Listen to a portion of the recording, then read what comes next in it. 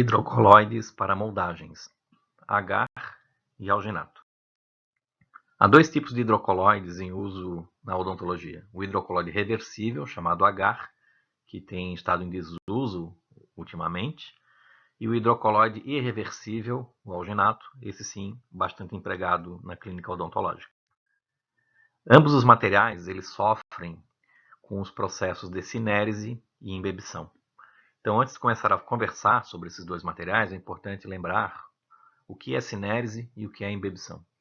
Cinérese é um processo na qual o material sofre contração por perder água para o ambiente externo. E a imbebição é o contrário.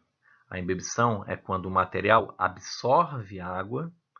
Por exemplo, se eu realizar uma moldagem, deixar o molde, né, guardado num recipiente com água, esse material vai sofrer a imbebição. Ele vai aumentar de volume justamente pela absorção de água.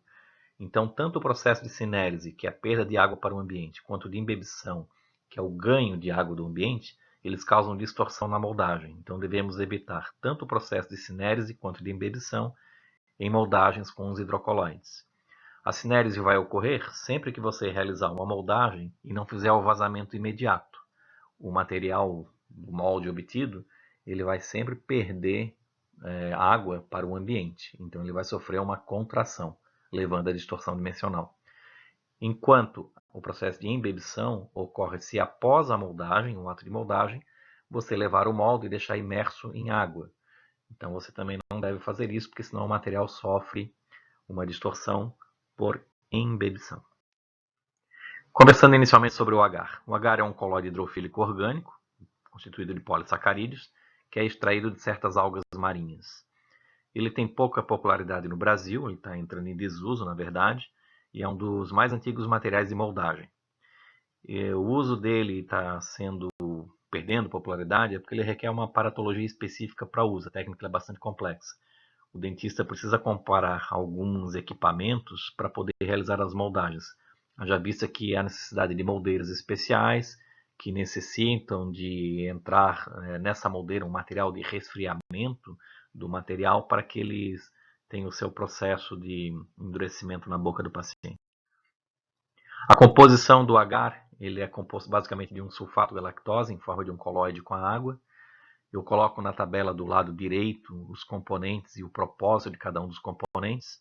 É interessante observar que o sulfato de potássio ele é colocado para funcionar como um acelerador do modelo. Então, quando a gente faz o vazamento de gesso, o sulfato de potássio na composição do agar possibilita que o gesso em contato com esse molde endureça antes do restante do modelo de gesso, justamente para que na parte onde o gesso toca o molde de agar haja um endurecimento precoce do gesso. Ele se liquefaz entre 71 graus Celsius e 100 graus Celsius, então ele vai se tornar gel somente entre 30 e 50 graus Celsius. Então, antes do procedimento de moldagem, esse material tem que ser aquecido para que ele saia de um estado gel para um estado sol. Ele entra em um estado mais leitoso, né? Sol é leitoso. Depois, com o resfriamento, aí sim, ele vai passar para o estado gel novamente. Então, o dentista tem que ter uma aparatologia específica no ato de moldagem que aqueça e depois que resfrie esse material na boca do paciente. Então, a técnica de manipulação não é muito simples, ela é um pouco complexa. Eu deixo aqui um link do YouTube para que todos possam acompanhar um procedimento de moldagem. Mas o primeiro passo é sempre liquefazer o material com calor, deixá-lo no estado sol, estado leitoso, e depois o material ele é gelificado e assentado na moldeira especial. O resfriamento do material com a passagem de água por essa moldeira especial é que o torna num estado gelatinoso novamente, para o estado gel. Então ele requer uma aparatologia específica e mais complexa para o ato de moldagem. Talvez esse seja o principal motivo pelo qual ele vai entrando em desuso dentro da odontologia. O alginato, por sua vez, é um material bem mais popular. Ele está presente em praticamente todos os consultórios odontológicos e os dentistas utilizam muito esse material. Ele é um hidrocoloide reversível, ou seja, ele só pode ser utilizado uma vez, diferentemente do agar, que pode ser reaproveitado. Você pode usar o agar, pode ser utilizado uma vez, depois que ele se torna gel, você pode torná-lo leitoso novamente e utilizá-lo novamente. Já o alginato não permite isso. ele é utilizado apenas uma única vez, então ele é irreversível, ele é descartável. As vantagens que ele tem a manipulação mais fácil e é muito mais confortável para o paciente, porque não há necessidade de aplicação de calor na moldeira.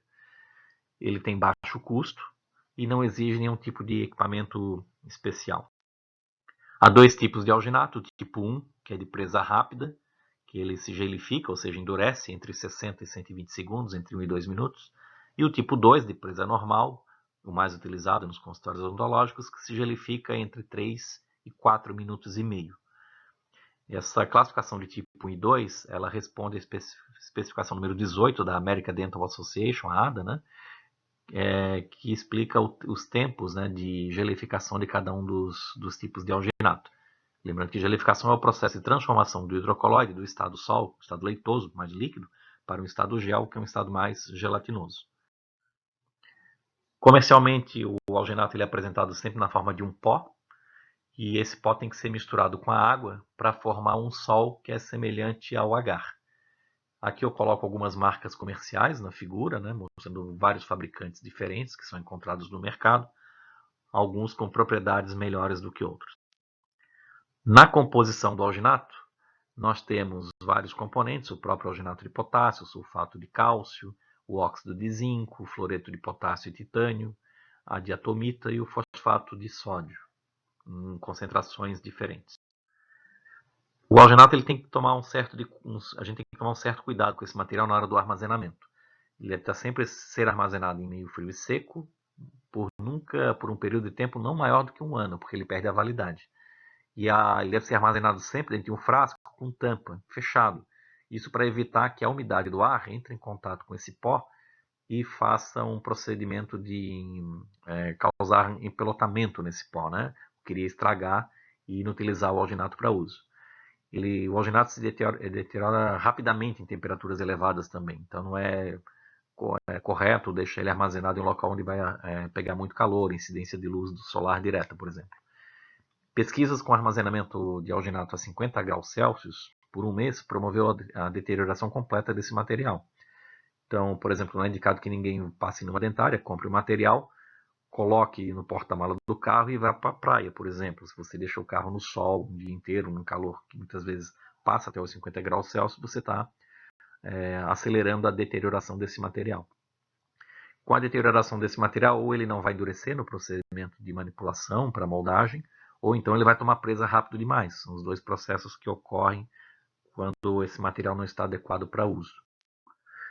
A reação de gelificação do alginato, ou seja, a sua presa, ela se dá sempre entre 3 e 4 minutos, na temperatura de 20 graus Celsius. Isso, claro, que depende do tipo de alginato, se é tipo 1 ou tipo 2. Falou nesse exemplo aqui o tipo 2. O fosfato de sódio que está que está presente na sua composição, é um retardador do tempo de gelificação. O sulfato de cálcio é um reagente, ele acelera a reação. O fluoreto de potássio e titânio assegura uma superfície densa e dura do modelo de gesso, pois acelera a presa da gipsita, do gesso. Então ele é colocado na composição do alginato para auxiliar o procedimento de endurecimento do gesso em contato com o alginato, ou seja, a película de gesso em contato com o alginato, ela endurece antes do que o restante do material de gesso colocado para a moldagem, justamente para assegurar que a gente tenha uma reprodutibilidade de detalhes melhor e para que não ocorra também muita embebição, que o material não absorva muita água da mistura gesso-água. Outra coisa interessante para chamar a atenção é que o uso de água fria durante a manipulação do alginato retarda o procedimento de gelificação. Então, se nós quisermos aumentar o tempo de trabalho, a estratégia mais interessante é utilizar água fria. Aí você ganha tempo para manipular o material e realizar o ato de moldagem. Lembrando que a gente deve sempre utilizar materiais limpos para evitar a presa rápida. Se eu utilizar na mistura uma espátula suja com resíduos de uma moldagem anterior de alginato, aí eu vou acelerar o processo de presa e vai prejudicar o meu procedimento de moldagem. Para a utilização do alginato, a gente sempre obedece uma proporção água-pó, que é sempre recomendada pelo fabricante. A literatura fala em 15 gramas de pó de alginato para cada 40 ml de água. Então essa é a mistura padrão que a gente encontra na literatura. Mas muitos fabricantes, para facilitar o manuseio, eles fornecem copinhos plásticos e colheres plásticas, onde na colher plástica você pega exatamente a medida do pó e o copinho plástico, ele tem marcadores, cada marcador corresponde a uma colher do pó de alginato que será utilizado. Então, se você fizer uma moldagem parcial, por exemplo, talvez uma medida de pó seja suficiente. Você pega uma medida da colher de pó e leva a água nesse copinho até o primeiro risco. Se você fizer uma moldagem maior, você pode utilizar no molde inferior, por exemplo, 2 porções de pó e coloca a água até o segundo risco do copinho plástico. Numa moldagem superior, que exige maior quantidade de alginato, você pode colocar 3 colheres de pó e coloca a água até o preenchimento total desse copinho plástico, ou seja, até o terceiro risco desse copo plástico. Será 3 porções de água para 3 colheres de pó. Então, a reação de gelificação, como já dito anteriormente, a 20 graus Celsius, se dá aproximadamente entre 3 e 4 minutos. Apresento aqui a fórmula estrutural do ácido álgico, que é um subproduto gerado pela reação do alginato, a reação de gelificação. Lembrando que essa reação de presa do alginato, ela sempre se faz de modo químico, pegando uma substância em formato sol, leitoso, se transformando numa substância de forma gelatinosa, em estado gel. A manipulação do alginato é simples, não é difícil de ser feita. Eu coloquei aqui um vídeo do YouTube que vocês podem assistir posteriormente, onde o alginato é um pó que é misturado com a água, e para isso se utiliza dosadores, se usa uma tigela de borracha com espátulas, e as moldeiras onde será colocado o material antes de ser levado à cavidade bucal do paciente. É importante lembrar que na tigela de borracha, primeiro a gente coloca sempre a água, e depois o pó é colocado sobre a água. Então aqui mostrando o procedimento de espatulação, onde a tigela de borracha já foi preenchida com a água e com o pó, eles estão sendo misturados com uma espátula plástica. Posteriormente, quando o material já aparece com uma textura própria para fazer a moldagem, ele é inserido na moldeira, que é levada até a cavidade bucal do paciente. Passado o tempo de gelificação, esse molde é retirado, né, da boca do paciente, a moldeira é retirada da boca do paciente e dá origem a esse molde que nós apresentamos aí na terceira figura mais à direita, onde poderá posteriormente ser feito o vazamento em gesso. E esse vazamento deve ser feito imediatamente após a moldagem, porque o alginato ele sofre alterações dimensionais com o passar do tempo, ou seja, ele sofre cinérese em relação ao meio ambiente. Para a manipulação do alginato, a gente sempre tem que primeiro agitar bastante o pó, que está fechado na lata ou no recipiente plástico ao qual está armazenado, para ocorrer uma homogeneização desse pó.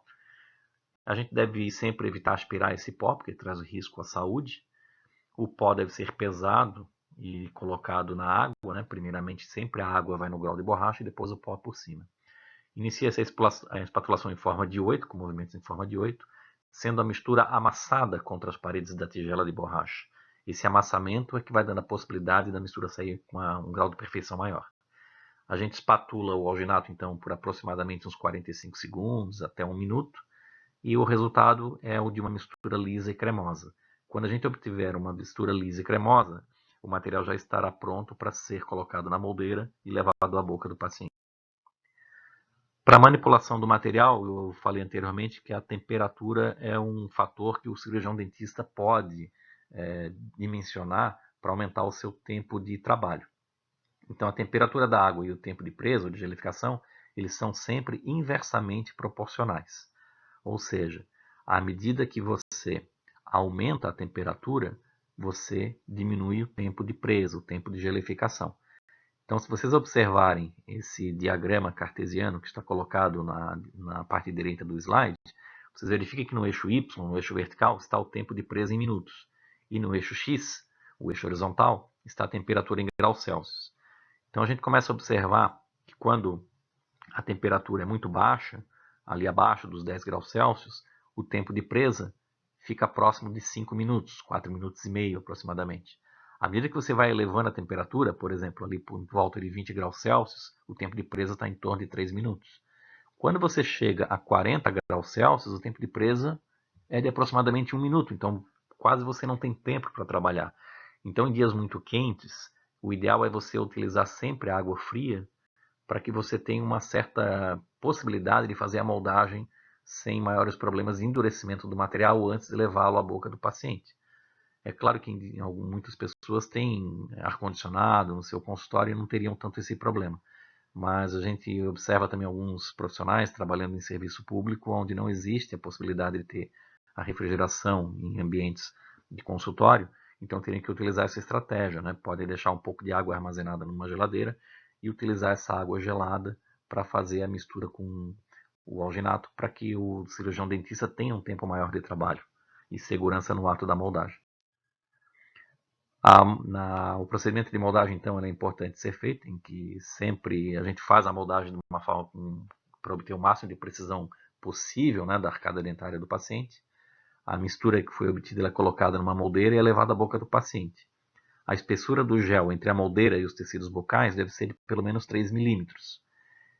E após a gelificação, a gente remove a moldeira da boca, que isso gera em torno de 2 a 3 minutos.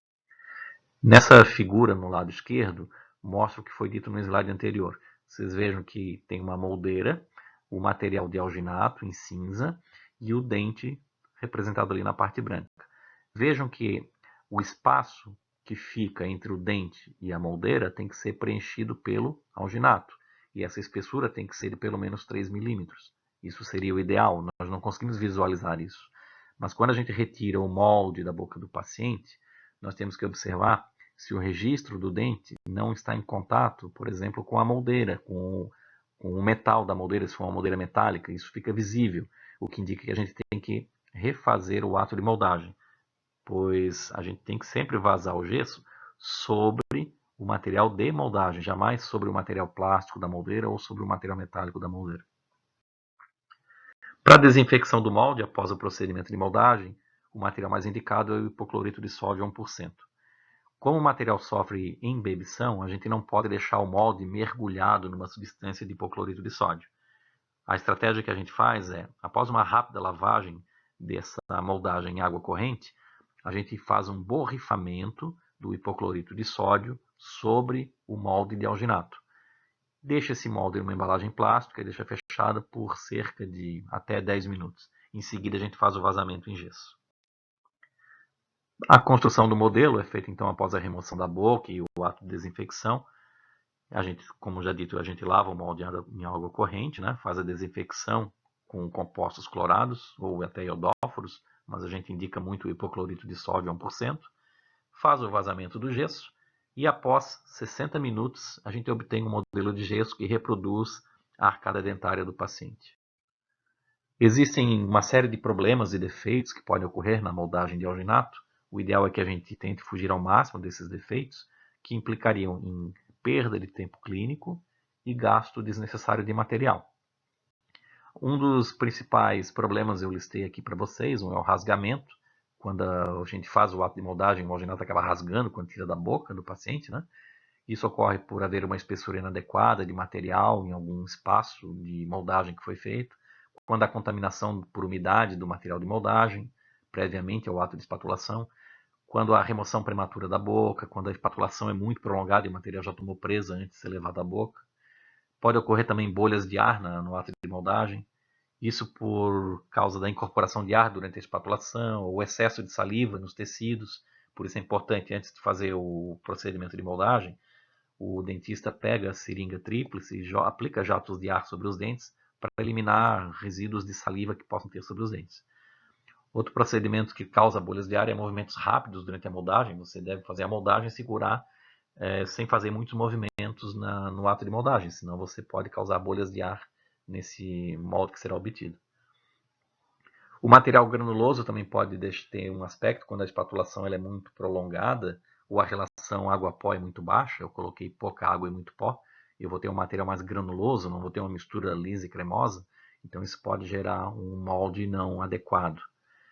O modelo de gesso pode se tornar rugoso quando eu faço uma limpeza inadequada do molde, quando eu boto excesso de água no molde também, quando eu faço uma separação prematura do modelo ou quando eu faço uma manipulação inadequada do gesso. O gesso ele tem que ser sempre manipulado respeitando as proporções água-pó expressas pelo fabricante. Se eu desobedeço essas proporções, eu vou ter um modelo de gesso rugoso. E um outro problema também na moldagem de alginato é a distorção. Isso ocorre quando o molde não foi imediatamente vazado, eu deixei ocorrer cinérese, por exemplo, levei muito tempo, né, deixei passar muito tempo para o vazamento em gesso desse molde de alginato. Quando eu fico movimentando a moldeira na boca do paciente, a gente deve evitar movimentar ao máximo. O ato de moldagem consiste em o dentista colocar a moldeira na boca do paciente e evitar movimentos de lateralidade, por exemplo. Outra causa da distorção é a remoção prematura ou tardia da boca do paciente. Então, essa remoção deve ser sempre feita 3 a 4 minutos após o início do procedimento de moldagem, que é quando a gente tem segurança do tempo de presa ou de gelificação do alginato. Nessas figuras eu mostro no lado esquerdo um molde de alginato bem obtido e no lado direito um modelo de gesso da moldagem do lado esquerdo. Então a gente consegue com a moldagem de alginato, com molde de alginato, bons modelos de gesso que conseguem reproduzir com certo grau de detalhamento a arcada dentária de um paciente.